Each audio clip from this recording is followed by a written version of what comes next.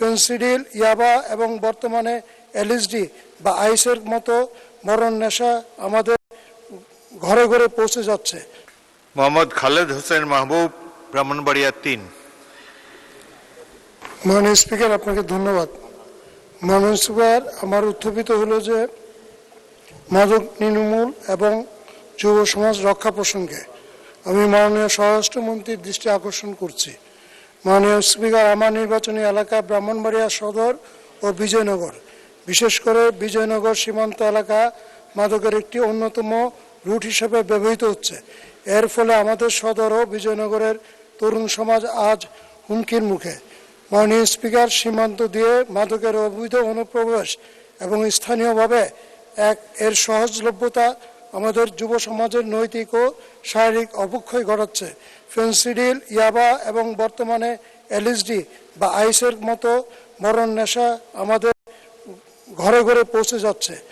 মাদক কেবল একজন ব্যক্তিকে ধ্বংস করছে না, বরঞ্চ একটি পরিবারকে নিঃস্ব করে দিচ্ছে এবং এলাকা চুরি, ছিনতাই সহ অপরাধীমূলক কর্মকাণ্ড ছড়িয়ে দিচ্ছে।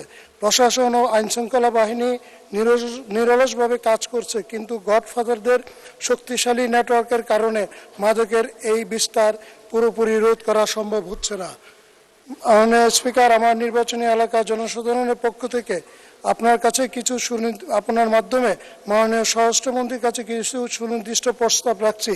বিজয়নগর সীমান্ত এলাকায় বিজিবি ও পুলিশের সমন্বয়ে বিশেষ টাস্কফোর্স গঠন করে নিয়মিত অভিযান জোরদার করা, গোয়েন্দা নজরদারি, মাদক ব্যবসায়ীদের মূল হোতাদের চিহ্নিত করতে গোয়েন্দা তৎপরতা বৃদ্ধি করা, নিরাময় কেন্দ্র ব্রাহ্মণবাড়িয়া সদরের সরকারি উদ্যোগে একটি আধুনিক মাদকাসক্তি নিরাময় ও পুনর্বাসন কেন্দ্র স্থাপন করা, জনসচেতনতা, স্কুল কলেজ পর্যায়ে মাদক বিরোধী প্রচারণা ও ক্রিয়াচর্চার সরকারি পৃষ্ঠপোষকতা বাড়ানো। মাননীয় স্পিকার, মাননীয় প্রধানমন্ত্রীর বলিষ্ঠ নেতৃত্বে দেশ আজ মাদকের বিরুদ্ধে জিরো টলারেন্স নীতিমালা। মাননীয় সদস্যবৃন্দ, 2 মিনিটের বক্তব্য এখানেই শেষ করা হলো।